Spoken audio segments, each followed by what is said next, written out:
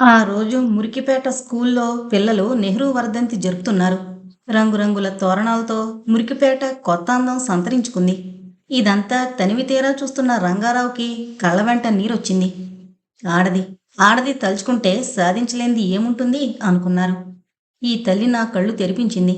ఆడదంటే కసి తప్పించి ఏమీ లేని నాలో ఆడదంటే ఎంత గౌరవం పెంచింది. చెయ్యెత్తి దండం పెట్టాలనిపించుతోందే అనుకున్నాడు. బాబుగారు రండి అంటూ తన పాకలోకి ఆహ్వానించింది. నా కళ్ళ ముందే ఈ మురికి పేటని, ఇందులో మనుషుల్ని మార్చేశావు తల్లి. ఆ తాగుబోతు వేలుగాడి కొడుకు డిగ్రీ పుచ్చుకున్నాడంటే అది నీ చేతి చలవ. నువ్వు వాళ్ళ పాలిట దేవతవనుకుంటున్నారమ్మా. నువ్వీ పతితుడి కళ్ళు తెరిపించిన మహాశక్తివని వాళ్ళకేం తెలుసు తల్లి. ఆనందంతో ఆయన కంఠం వణికింది. అంతా మీ చేతి చలవ బాబుగారు. నాకీ కొత్త జీవితం ప్రసాదించారు. భారంగా సాగవలసిన సంవత్సరాలు ఎలా గడిచాయో కూడా తెలియకుండా సాగిపోయాయి. ఈ కొత్త ఆదర్శం నన్ను మనిషిగా నిలబెట్టింది బాబుగారు. నేనింక నిశ్చింతగా చచ్చిపోగలను. అమ్మా, అలానకు. నేను పోగొట్టుకున్న మానవత్వం నీలో చూసి ఆనందించిని తల్లి. ఇప్పుడీ ఆడవాళ్ళు బేలలు కారు. తలెత్తి ధైర్యంగా బ్రతుకుతున్నారంటే అది నువ్విచ్చిన ధైర్యం. వీళ్ల పిల్లలు ఆణిముత్యాల్లా రూపొందుతున్నారంటే అది నీ చేతి చలవ. నాకు అదే కావాలి బాబుగారు. వీరి అభివృద్ధి కోసం, వీళ్ళు మనుషుల్లా బ్రతకడం కోసం నేను హారతి కర్పూరంలా హరించి తరిస్తాను. రండి, పిల్లలు మీ రాక కోసం చూస్తున్నారు అంటూ రంగారావుని వెంటబెట్టుకుని స్కూలున్న పాక దగ్గరికి నడిచింది కరుణ. పిల్లలంతా బారులు తీర్చి నిలబడి నమస్కరించారు. పిల్లల ఆటపాటలతో ఎంతో ఉత్సాహంగా జరిగిపోయింది ఆ సాయంత్రం. కానీ మనిషికి రాబోయేదేంటన్న జ్ఞానంగాని అనుమానంగాని ఉండదన్న సత్యం ఆ రాత్రి కరుణకి బాగా అర్థమైంది. ఎంతో సంతోషంగా ముగిసిన సాయంత్రాన్ని, తను మరిచిపోయిన గత జీవితాన్ని తలచుకుంటూ నిద్రరాక అలా కిటికీలోంచి చూస్తూ పడుకుంది కరుణ. ఇంతట్లో ఇంటి ముందు గోల వినిపించింది. ఉన్నపళంగా లేచింది కరుణ. ఒక్క క్షణం ఆగింది, తలుపులు తెరవాలా వద్దా అని. మరుక్షణం తలుపులు రెండు బార్లా తెరిచి అలాగే బొమ్మలా నిలబడిపోయింది.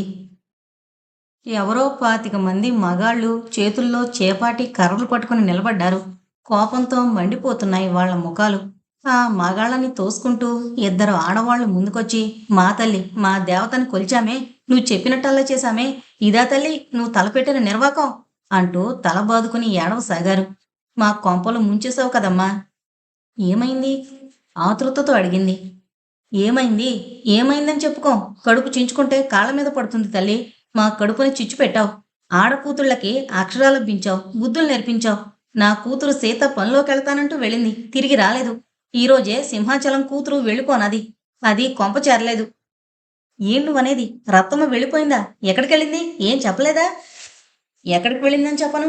నెలకి 200 ఇస్తారు. 2 ఏళ్ళు ముందిచ్చారు. మంచి పని కాబోలనుకున్నానే గాని ఇదో మాయని తెలుసుకోలేకపోయానే మామ అంటూ గోలగోలగా ఏడవడం మొదలుపెట్టింది. కరుణకి ఇదంతా అయోమయంగా ఉంది. అసలు ఏం జరిగిందో చెప్పరేం? గట్టిగా గద్దించి అడిగింది. మగవాళ్లంతా ముందుకు తోసుకొస్తూ, నాగనాచి నీకు తెలీదేం? చాలా రూడ్గా అడిగాడొకడు. గుట్టుసప్పుడు కాకుండా ఆడకూతుల్ని దాటించింది సాలక అన్నాడు ఇంకొకడు. నోర్మయ్, ఏంటా మాటలు? అమ్మా, వీళ్ళంతా నీ కొంప తగలటెత్తారు. నువ్వే ఈ ఆడకూతుల్ని మాయం చేస్తున్నావంట అంది ఒక ఆమె. నేనా? మీకేమైనా మతిపోయిందా? తను వింటోంది నమ్మలేనట్టు అడిగింది కరుణ. కాక, ఈడి కూతుర్ని టైంకి పట్టాడు కనుక సరిపోయింది. చూడు దాని ముఖం. దీని చదువుకి 200, 2000 అడ్వాన్సా? ఓ 18 ఏళ్ల పిల్లని లాగి కరుణ ముందుకి తోసాడొకడు. ఆ పిల్లది ఏడుస్తూ కరుణ కాళ్ళని చుట్టేసుకుంది. కరుణ దాన్ని లేవదీసింది. ఎవరు నీకు ఉద్యోగం ఇస్తానంట అడిగింది. అది జాకెట్లో దాచిన ఓ కాగితం తీసి కరుణకిస్తూ, నాకేం తెలవదమ్మా. రోడ్డు మించి పోతుంటే కారులో వచ్చి ఓ పెద్ద మనిషి అడిగాడమ్మా. మొన్నిద్దరొచ్చి చేరారు, నువ్వురా అంటూ ఈ కాగితం ఇచ్చాడు. రేపు సాయంత్రం కారు వస్తుందన్నాడు. ఎంతలోనే బాబు చూసి సితకొట్టి లాక్కొచ్చాడమ్మగారు. నాకేం తెలీదు, ఒట్టు తల్లి అంటూ భోరుని ఏడవడం మొదలుపెట్టింది ఆ పిల్ల. కరుణ ఆ కాగితం విప్పి చూసింది. ఏదో కంపెనీ పేరుంది గాని వివరాలేం లేవు. అందర్నీ ఓసారి కలీలి చూసింది కరుణ. ఇదేదో మోసం. నేను దీని సంగతి తెలుసుకుంటాను. అనవసరంగా మీరు నన్ను అనుమానిస్తున్నారు అంటున్న కరుణ మాటలు ఆ మనుషుల గోలలో కలిసిపోయాయి. ఇంతట్లో ఎవరో బాబుగారు అంటూ గుసగుసలాడారు. ఎవరో వెళ్ళి రంగారావుని వెంటబెట్టుకొచ్చినట్టుంది. మీరేం మనుషులా పశువులా? ఈ తల్లి మీదట్రా కర్రలెత్తారు వెదవల్లారా అంటూ మండిపడుతూ కరుణ పక్కగా నిలిచారు. పద తల్లి పోదాం, వీళ్ళంత కృతజ్ఞులు ఎక్కడా ఉండరు. వాళ్ళ మంచి కోరే వాళ్ళనే ముందు కాటేస్తారు. ఉండండి బాబుగారు, వాళ్ళు అనుమానించడంలో ఆశ్చర్యమే ఉంది. నేను ఎవరో ఎక్కడి నుంచి వచ్చానో వీళ్ళకి తెలీదు. వీళ్లకు మంచి జరిగినంతకాలం దేవతలని నమ్మారు. ఇప్పుడు వాళ్ళ పరువు పోయింది, నన్ను అనుమానిస్తున్నారు. పేలవంగా నవ్వింది కరుణ. నేను వీళ్ల అనుమానం తొలగించాలి. వీళ్ల దారి తప్పిన పిల్లల్ని తీసుకొచ్చి అప్పగించాలి. అప్పటికి గాని వీళ్ళకి నా మీద నమ్మకం ఎలా వస్తుంది? బాబుగారు, నేను వెళ్ళి ఇదేంటో తెలుసుకుంటాను. మీరంతదాకా ఓపిక పట్టండి అంది. అమ్మా, నీకు మతిపోయిందా? ఈ వెధవలేదో కూసారని నువ్వు ఆ ఊబిలో దిగుతావా? పోలీసులకు చెప్దాం, వాళ్లే దర్యాప్తు చేస్తారు. నువ్వు పద. ఈ మూర్ఖుల మధ్య ఒక క్షణం ఉండనివ్వను. చిచ్చి, మీరేం మనుషులు అంటూ అక్కడ గుమిగూడిన వాళ్ళకేసి తిరిగారు రంగారావు. బొత్తిగా జంతువుల్లా బ్రతికేటి మిమ్మల్ని మనుషులు చేసింది తల్లి. ఫ్యాక్టరీలో కూలి డబ్బులు పుచ్చుకోవడం భయం. తిన్నగా కల్లుపాకకే ప్రయాణం చేసే మిమ్మల్ని మీ గమ్యంకేసి తిప్పింది తల్లి. సంసారాలు నరకం చేస్తూ ఎందుకు బ్రతుకుతున్నారో తెలియకుండా బ్రతికేస్తున్న మీకు జీవితం అంటే ఎంత విలువైందో నేర్పింది తల్లి. మీ ఆడవాళ్ళకి పౌరుషం, మీకు బాధ్యత నేర్పి మీ పిల్లలకు వెలుగుబాటు పరిచింది తల్లి. మీకోసం హరించుకుపోయి అదే వరప్రసాదం అని బ్రతికేసింది తల్లి. ఆమెనట్రా ఇప్పుడు తల బద్దలు కొట్టడానికి కర్రలు తెచ్చారా? చిచ్చి, మీరు మారరు, పందుల్లా బ్రతకండి, పోండి. గట్టిగా ఆవేశంగా అరిచేశారు రంగారావు. బాబుగారు, జీవితం సాఫీగా సాగిపోతుంటే ఏ బాధ ఉండదు. ఎదురు దెబ్బ తగిలితేనే ఎంత సన్నిహితులైనా అనుమానించేలా చేస్తుంది మనసు. వాళ్ళ తప్పేం లేదు బాబుగారు. వాళ్ళ పిల్లలు వయసులో వాళ్ళు, కనపడడం లేదన్న బాధ వాళ్ళనలా చేయించిందంతేగాని నా మీద కక్ష కాదు. వాళ్ళ పిల్లలు ఏమైపోయారో తెలుసుకోవాలి. ఆడపిల్లలు వాళ్ళ పిల్లలే కాదు బాబుగారు, నా వాళ్ళు కూడాను. నా దగ్గర పెరిగిన వాళ్ళు, నా వల్ల బుద్ధులు నేర్చిన వాళ్ళు, లోకజ్ఞానం అలవర్చుకున్నవాళ్ళు. వాళ్ళు ఏమైపోయారన్న బెంగ నాకు ఉంది. నేనన్నా తెలుసుకుంటాను, వాళ్ళని తెచ్చి అప్పగిస్తాను. మీరు నాకు సెలవు ఇప్పించండి అంది. నువ్వెందుకమ్మా, ఈ పని నువ్వు చేయలేవు. ఇది పోలీసులు చేయవలసిన దర్యాప్తు. కానీ నేను అందుకు పూనుకోక తప్పదు బాబు. నా మీద వీళ్ళు మోపుతున్న కళంకం కడుక్కోవాలంటే నేనే వెళ్ళాలి. మీరు వెళ్ళండి, నా గురించి ఏం బెంగ పడకండి అంటూ రంగారావుకి నచ్చజెప్పి సాగనంపింది. నువ్వో 2 రోజుల్లో రాకపోతే నేనే పోలీసులకు రిపోర్ట్ ఇస్తానమ్మా అంటూ రంగారావు వెళ్ళిపోయాడు. కరుణ మిగిలిన అందరికీ నచ్చజెప్పి 2 రోజులు వ్యవధి ఇవ్వండి. మీ పిల్లలతో నేను తిరిగొస్తాను. ప్రయాణం చేస్తున్నాను. మీ తోడబుట్టిన దానికంటే ఎక్కువగా ఇన్ని సంవత్సరాలు ఆదరించారు నన్ను. నా మాట నమ్మలేరా? నీకు తోడుంటాం మేము వస్తాం పద అన్నారు కొందరు. వద్దు, ఇదేదో కుంభకోణంగా ఉంది. నన్ను ఈ చిరునామాకి వెళ్ళి తెలుసుకుని రానివ్వండి. అవసరమైతే తప్పకొద్దురు గాని అని ఒప్పించింది కరుణ. ఎంతో ఆనందంగా ప్రారంభమైన ఆ రోజు ఇలా కాళరాత్రిగా ముగిసింది. ఉదయం లేస్తూనే కరుణ పట్నంలోకి బయలుదేరింది. ఆమె మనసులో ఏ ఆలోచన లేదు. ముందా చిరునామాకి వెళ్ళాలి, అదొక్కటే ఆలోచన. ఇంకా 9 కూడా కాలేదు. కరుణ ఆఫీసులో ప్రవేశించింది. అసలు అదొక ఆఫీసులా లేదు. అక్కడున్న ఒక అతన్ని అడిగింది. ఇక్కడేదో ఉద్యోగం ఇస్తారని కాగితం ఇచ్చి వెళ్లారు, మీరేనా అడిగింది. వాడోసారి తలెత్తి కరుణని ఏగాదిగా చూశాడు. గట్టిగా నవ్వాడు. ఇలాంటి ముసలాళ్ళకేం ఉద్యోగాలు లేవిక్కడ. ఎవరో తప్పు అడ్రస్ ఇచ్చారు అన్నాడు వెక్కిరింపుగా. అలాగా, మరి రమ్మన్నారే. ఆగి చుట్టూ కలి చూసింది కరుణ. ఇక్కడ మీరేనా అడిగింది. వేద వివరాలన్నీ అడక్క త్వరగా వెళ్ళు కసిరాడు. ఇంతలోనే లోపల నుంచి గంట వినపడ్డం, మేనేజరు ఆదరాబాదరాగా లేచి లోపల గదిలోకి పరిగెత్తడం జరిగింది. కరుణ కదలక అలాగే నిలబడింది. లోపలికి ఎంత త్వరగా పరిగెత్తాడో అంతకంటే త్వరగా బయటకొచ్చి తమర్ని అయ్యగారు రమ్మంటున్నారు అన్నాడు ఎంతో మర్యాదగా. ఈ బుద్ధి ముందే ఉంటే అంటూ ముందుకు నడిచింది కరుణ. గది తలుపులు తోసి లోపలికి అడుగు వేసింది. ఒక్క క్షణంసేపు గది కలి చూసింది. రివాల్వింగ్ కుర్చీ ఒక్కసారి ఇటు తిప్పి వెల్కమ్ కరుణ ఆహ్వానించాడా వ్యక్తి. కరుణ అదిరిపడింది. ఎవరు నువ్వు? నా పేరు నీకెలా తెలుసు? దగ్గరగా ఉన్న కుర్చీ బ్యాకు గట్టిగా పట్టుకుంది. పెదవులు గట్టిగా బిగబట్టి వస్తున్న భయాన్ని అణిచివేసింది. ఎవరు నువ్వు ఉద్యోగాలిచ్చిన పిల్లలేరి? గదమాయించి అడిగింది. కరుణ, కరుణ, ఇంత జరిగినా నీలో ఈ పెంకితనం పోలేదా? ఆశ్చర్యంగా ఉంది, నన్ను గుర్తుపట్టలేదా అంటూ నల్ల కళ్ళజోడు నెత్తిమీద టోపీ నెమ్మదిగా తీశాడు. ఆనంద్, నువ్వు బ్రతికెలా ఉన్నావు? నిన్ను నేను చంపేశాను కదూ. కంఠంలో ఆశ్చర్యం వణుకు కలిసిపోయాయి. నువ్వు బ్రతికే ఉన్నావా? నేను నమ్మలేను. తల అడ్డంగా ఊపింది. ఆనంద్ లేచి నిలబడ్డాడు. కరుణ, నువ్వెలా బ్రతికావు? కారు ప్రమాదంలో చచ్చిపోలేదా? నీ చంపిన నువ్వు బ్రతికే ఉన్నావు. ఎవరూ చంపని నేనెలా చచ్చాననుకున్నావు? ఆనంద్, ఏంటి నాటకం? ఇన్ని సంవత్సరాలు జరిగిపోయినా నువ్వింకా మారలేదంటే ఆశ్చర్యంగా ఉంది. ఏరి ఆ ఇద్దరు పిల్లలు? తొందరపడకు, అన్నీ నిదానంగా తెలుసుకో. ఇలా నీడలేని బ్రతుకు బ్రతుకుతూ కూడా మాట దురుసు పోలేదంటే అదంతా నీకు అనవసరం ఆనంద్. ముందా పిల్లల్ని నా వెంట పంపించు. నీ ముఖానికి ఇంకొకళ్ళకి ఉద్యోగాలు ఇవ్వడం కూడానా? పొరబడుతున్నావు కరుణ. ఎన్నాళ్ళు ముసల్ది విసురుతోన్న ముష్టిమెతుకులు ఏరుకు తింటున్నాను. కోట కట్టాలంటే ఆధారం లేకుండా చేసిందా ముసల్ది. కరుణ, నీకు తెలీదు నీ వెనక ఎంత నాటకం ఆడించిందో. నేను పౌని మాత్రమే. నువ్వంటే కక్షతో ఎలాగైనా అవమానించాలన్న దీక్షతో సలసలా మరుగుతున్న నాలో ద్వేషాగ్నికి ఆజ్యం పోసిందా ముసల్ది. కరుణ, చూసావా? ఆడది ఆడదానికి ఎంత సహాయం చేసిందో. గట్టిగా నవ్వేస్తూ కుర్చీలో కూలబడ్డాడు ఆనంద్. శిలాప్రతిమలా కూర్చుండిపోయింది కరుణ. నువ్వామె సర్వస్వమైన కొడుకి దగ్గరయ్యావు. అదామె సహించలేకపోయింది. కానీ ఎంత దారుణం తలపెట్టి నిన్ను సర్వనాశనం చేసిందో చూసావా? నే చేసిన పనికి నాకేదో ఇంత పారేస్తోంది అప్పుడప్పుడు. కరుణ, ఇప్పుడు చూడు, దాన్ని 3 చెరువుల నీళ్లు తాగిస్తా. నీ భర్త ఇప్పుడు ప్రముఖ పౌరుడు. నీ కొడుకిప్పుడు మంచి లాయర్.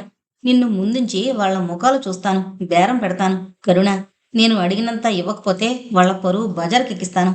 రేపో మాపో ప్రభుత్వ ప్రతినిధిగా ప్రపంచయాత్రకి బయలుదేరబోయే నీ భర్తకి ఇదే చక్కని కానుక చేస్తాను. ఏమంటావు? నోరు ముయ్యమంటాను. ఆనంద్, నీ బుద్ధి మార్చుకోకపోతే కుక్కచావు చేస్తావు. జరిగిందేదో జరిగిపోయింది.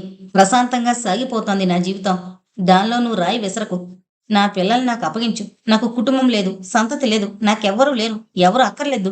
వాళ్ళ బ్రతుకులు వాళ్ళని బ్రతకని అంటూ లేచి నిలబడింది. సరే, నువ్వు ఎలాగా మర్యాదగా అప్పగించావు. రేపు ఈ పాటికి నిన్ను పోలీసులకు పట్టించకపోతే చూడు. వెనక్కి తిరిగిపోయిన కరుణ చెయ్యి పట్టుకున్నాడు ఆనంద్. రెండో చేత్తో విసురుగా ఒక్క చెంపపెట్టు పెట్టింది. మై గాడ్, వయసు పెరిగిందే గాని స్పిరిట్ చావలేదు. కరుణ, ఇక్కడికొచ్చిన ఆడది తిరిగి ఇంటికి వెళ్ళదు. సుఖమయ జీవితంలో కడుగు పెడుతుంది. అనవసరంగా బాధపడకు. రేపు ఈ పాటికి నీ వాళ్ళందరినీ నీకు చూపిస్తాను, సరేనా? కుర్చీలో కూలదోశాడు. కరుణ ఎంత గింజుకున్నా లాభం లేకపోయింది. ఆనంద్ చేతిలో రుమాలు కరుణ ముక్కుని గట్టిగా మూసేసింది. ఓ నిమిషం తప్పించుకునేందుకు చూసిన కరుణ అలాగే కుర్చీలో వాలిపోయింది.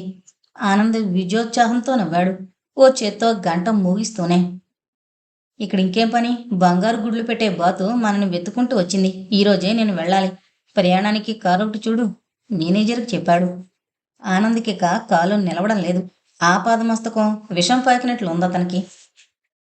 శ్రీనివాస్కి పనిలో ఉన్న తీక్షణత ఇంకా దేనిలోనూ లేకపోవడం రేఖకి ప్రాణ సంకటంగా ఉంది.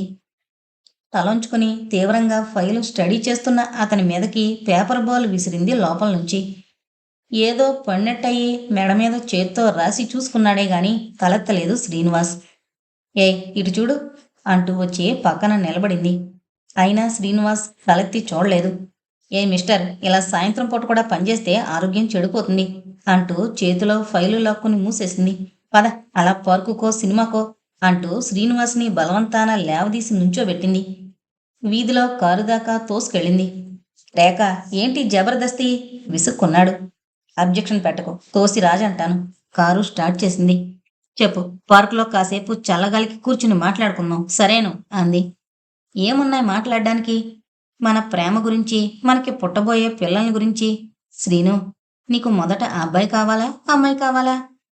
నువ్వు ఆడదానివి కాదా? మరి? కోపంగా శ్రీనివాస్ కేసు చూసింది. నా ప్రేయసివి, కానీ అప్పుడే పెళ్ళం కంటే ఎక్కువగా సాధిస్తున్నావు. గుడ్, నీ ఆరోగ్యానికి ఆ మందే మంచిది లాయర్ అంటూ కోరకు ముందు కారాపి దిగింది. శ్రీనివాస్ కూడా దిగి రేఖతో కూడా లోపలికి నడిచాడు.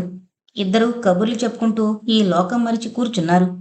శ్రీనివాస్ కళ్ళు దూరంలో ఓ చెట్టు కింద కూర్చున్న ఓ ముసలి దంపతుల మీద పడ్డాయి. రేఖ, అటు చూడు అంటూ రేఖకి వాళ్ళని చూపించాడు. వయసుతో పాటు ప్రేమ అనురాగం పెరుగుతాయే గాని తరిగిపోవు. చూడు, అనారోగ్యంగా ఉన్న ఎంత ఓపిగ్గా చల్లగాలికి తీసుకొచ్చాడో అన్నాడు. అంటూనే రేఖ చెయ్యి తన చేతిలోకి తీసుకున్నాడు. చూడామె ఎంత ఒడిలిపోయిందో, కానీ అందంగా ఉంది కదూ అన్నాడు. రేఖ అలాగే వాళ్ళని చూస్తూ కూర్చుంది. కుర్ర జంటని చూసిన ఆ వ్యక్తి ముఖం పక్కకు తిప్పుకుంది. ఆనంద్, ఏంటి దారుణం? నన్నెందుకు ఎక్కడికి తీసుకొచ్చావు? అడిగింది కరుణ. కళ్ళారా నీ కొడుకుని చూసినా నాలో ప్రతీకార వంచ పెరుగుతుందని. కరుణ, రేపు ఈ పాటికి చూడు. మనకేం కావాలంటే అదిచ్చి నోరు మూసుకునేలా చేస్తాను అన్నాడు. వద్దు వద్దు, కావలిస్తే నన్ను చంపే, వాళ్ళ జీవితాలతో చెలగాటమాడకు. విసురుగా లేచింది కరుణ. రా పోదాం శ్రీను, నిన్ను ఇంటి దగ్గర దింపి వెళతాను. శ్రీనివాస్ చేయి పట్టుకుని లేవదీసింది. ఏం మాట్లాడడం అయిపోయిందా? నవ్వుతూ అడిగాడు. ఆ కంఠస్వరం విని అదిరిపడింది కరుణ. ఆమె చేతులు వణకడం ప్రారంభించాయి. ఏం పోయి పలకరిస్తావా? బాబూ, నేను నీ తల్లిని అంటూ చెప్పు, పర్వాలేదులే. ఎవరితో పిచ్చిది అనుకుంటాడు నీ కొడుకు. కరుణ, వీడు నీ కొడుకు కాదు, సుభద్రాదేవి మనవడు. ఆనంద్, నన్నెందుకిలా చిత్రవద చేస్తున్నావు? ఒక్కసారి చంపాయి బాధగా అంటూ కారు దగ్గరికి పరిగెత్తింది. కొంచెం ఓపిక పట్టు కరుణ, నీతో నాకు చాలా పనుంది. నీతో ఇదింకా నాంది మాత్రమే. కారెక్కి కూర్చున్నాడు. ముసలాళ్ళు కూడా మనలాగే పోట్లాడుకుంటారు కాబోలు. శ్రీను చూడావిడ. నవ్వుతూ పార్కు గేటు దాటింది రేఖ. శ్రీనివాస్ కూడా నవ్వుకున్నాడు. బహుశా వయసులో నీలా పేచీకొరై ఉంటుంది అన్నాడు. ఆనంద్ అమితోత్సాహంగా కారు తోలుతున్నాడే గాని కరుణ నిస్త్రాణగా పడి ఉండడం గమనించలేదు. ఊళ్ళోకొస్తూనే శుభసూచికంగా నీ కొడుకు దర్శనం చేయించాను. ఇంకా నీ అత్తగారికో షాక్, నీ భర్తగారికో బహుమతి, అంతే. మనం తర్వాత నిశ్చింతగా ఉండొచ్చు. అందాకానే ఈ టెంపరరీ మకాం. తర్వాత నువ్వు నీ ఇంట్లో, నేను హాయిగా స్వేచ్ఛగా ఏ దేశమైనా వెళ్ళిపోతాను. కారు తిన్నగా ఓ హోటల్ కాంపౌండ్లోకి తిప్పాడు. ఏమని బుక్ చేశాడో గాని చాలా మర్యాదగా జాలిగా చూశాడు కరుణకేసి హోటల్ మేనేజర్. కరుణని రూంలో పెట్టి తాళం వేసి బయటకు నడిచాడు. బోన్లో పులిలా అటు ఇటు తిరిగి తిరిగి అలసిపోయి కుర్చీలో కూర్చుంది కరుణ. బయట నుంచి వస్తూనే ఓ కట్ట దినవార పత్రికలు ఆమె ముందు టీపై మీద పడేశాడు ఆనంద్. ఆత్రంగా వాటిని అందుకోబోయి ఆగిపోయింది కరుణ. పిల్లికి చెలగాటం, ఎలక్కి ప్రాణ సంకటంగా ఉందామె మానసిక పరిస్థితి. వాటికేసి రెప్పవాల్చక చూస్తూ కూర్చుంది. తాపీగా ఆమె ముందు కుర్చీలో కూలబడుతూ, పోనీ వార్తలు చదివి వినిపించనా అని ఓ పేపర్ అందుకున్నాడు. ప్రముఖ వ్యాపారి వ్యక్తి రామప్రభుకి సన్మానం. ఆహా, రేపు ఈ పాటికి తేలాలి ఆ సన్మానం ఏమిటో. రామప్రభుకి ప్రభుత్వం సత్కారం. మనం మటుకు సత్కరించకుండా ఎలా ఉంటాం? ఏం కరుణ? జేబులోంచి సిగరెట్ తీసి వెలిగించాడు. చూడు, ఎన్నాళ్ళిలా నీడ చూసుకుని భయపడుతూ బ్రతుకుతావు? ఆ కుటుంబంలో తిరిగి కలిసిపోవాలన్న కోరిక లేదు నీకు? ఆ, ఎందుకుండదు? నువ్వు మట్టుక ఆడదానివి కాదా? ప్రతీకార కాంక్ష ఉండదా? కరుణ, నీ చెప్పినట్టు చేయి. రేపు ఈ సమయానికి నీ వాళ్ళు నా పాదాల మీద పడేలా చేస్తాను. కరుణ పెదవుల మీద ఓ పేలవమైన నవ్వు వెలిగింది. మనసులో చెలరేగిన సంఘర్షణని కప్పేస్తోందా బలం లేని నవ్వు. నాకేం కోరికలు లేవు ఆనంద్. దయచేసి ఈ దారుణం మరిచిపో. నా మానాన నన్ను బ్రతకని. ఎందుకు నీకెంత కలిసి? నేల ఒరిగిన పాలు పైకెత్తగలవా నీ వెర్రిగాని? కార్యసూరులు అలా పిరికిగా ఆలోచించరు కరుణ. ఆ ముసల్దాని ముఖం చూడాలి. నన్నెంత తక్కువగా అంచనా వేసింది. నువ్వు చచ్చిపోయావంది. నీ మొగుడిని నమ్మించింది. ఇప్పుడు చూడింకా అంటున్న ఆనంద ముఖంలో భయంకరమైన భావాలు ఒకదాని వెంట ఒకటి తరుముకొస్తున్నట్లున్నాయి. లేచి వెళ్ళి కాగితం పట్టుకొచ్చాడు. కలం చేతికందించాడు. రాయ్ కరుణ, చెప్తాను రాయ్, చక్కని ప్రేమలేక అంటూ కుర్చీలో సర్దుకుని కూర్చున్నాడు. లేదు, నేను రాయను. నా కంఠంలో ప్రాణం ఉండగా ఈ పని చేయించలేవు నా చేత. విసురుగా కుర్చీలోంచి లేచింది. చేయి పట్టి ఒక్క గుంజు గుంజి కుర్చీలో కోలేశాడు ఆనంద్. నువ్విప్పుడు చచ్చైనా నా మాట వెనక తప్పదు. మర్యాదగా రాస్తే సరే, లేకపోతే ఏం చేస్తావేం? ఎంతకంటే నన్ను ఇంకేం చేయగలవేం? హేళనగా నవ్వింది కరుణ. ఏదైనా చేయగలను పిచ్చి కరుణ. అంత లేఖ రాయలేకపోతే కాగితం మీద సంతకం కూడా చేయలేవా? ఈ లేఖ తెచ్చిన వారితో సహకరించడం మీకే మంచిది. ఒకే సంతకం, అంతే కదా నీ కోరింది అంటూ కాగితం మీద తనే రాసి కరుణ ముందుకు తోశాడు సంతకం పెట్టమని. కరుణ కదల్లేదు. నా జీవితం తొలి దగ్గర నుంచి నాశనం చేశావు. నీకేం లాభించింది? ఇప్పుడు నా కొడుకు జీవితం అప్రతిష్ట పాలు చేస్తే ఇంకేం లాభిస్తుంది? ఆనంద్, ఒక్కసారి ఆలోచించు అంటుండగానే కరుణ చేతిలో బలవంతంగా పెన్ను పెట్టి, మాట్లాడక సంతకం చేయి కరుణ. చేయి మెలిపెట్టాడు. నిస్సహాయంగానే కరుణ సంతకం చేసేసింది. అది పద్ధతి. ఇక నువ్వు గింజుకున్నా ఏం చేసినా ప్రయోజనం లేదు. నీ మొగుణ్ణి, నీ కొడుకుని, వాళ్ళ ఘనత వహించిన వంశాన్ని ఎవరూ రక్షించలేరు. తృప్తిగా నవ్వుకుంటూ కాగితం మడిచి జేబులో పెట్టుకున్నాడు ఆనంద్. ఆనందం మాటలు వింటున్న కరుణ ఆవేశంతో కోపంతో వణికిపోయింది. బల్ల మీద పళ్ళకత్తి లాక్కుంది. ఆనంద్, ఇక నిన్ను ఎవరూ రక్షించలేరు. ఈసారి నిజంగా చావాలి, నువ్వు చచ్చి తీరాలి. ఈసారి మోసపోను ఆనంద్, నిన్ను చచ్చేదాకా చంపుతాను అంటూ కసిగా ఆనంద్ పొటలో పొడిచింది. అబ్బా అంటూ పొట్ట పట్టుకు లేచాడు ఆనంద్. కసిగా వెంట తరిమి అందిన చోటల్లా పొడిచింది. చివ్వున వెచ్చని రక్తం చిందిన కొద్దీ కరుణలో కసి పెరిగింది. చావు, నీలాంటి వాడు బ్రతికొండకూడదు, చావు అంటూ ఎంతో ఆనందంగా బలంగా పొడిచి పొడిచి చంపింది. అటు ఇటు పరిగెత్తి రక్షించండి అంటూ అరిచి చివరికి హోటల్ గది దాటుతూ నేల కూలిపోయాడు ఆనంద్.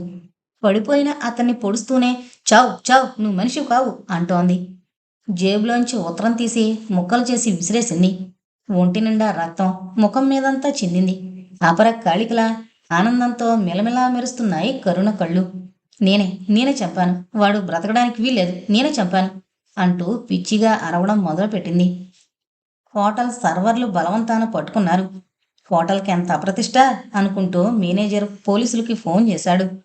నన్ను వదలండి, నన్ను పోనివ్వండి అంటూ కరుణ అరుస్తూనే ఉంది. ఇంతలోనే సైరన్ ఊదుకుంటూ పోలీసు జీపులో చాగాయి. కరుణని జీపెక్కించారు.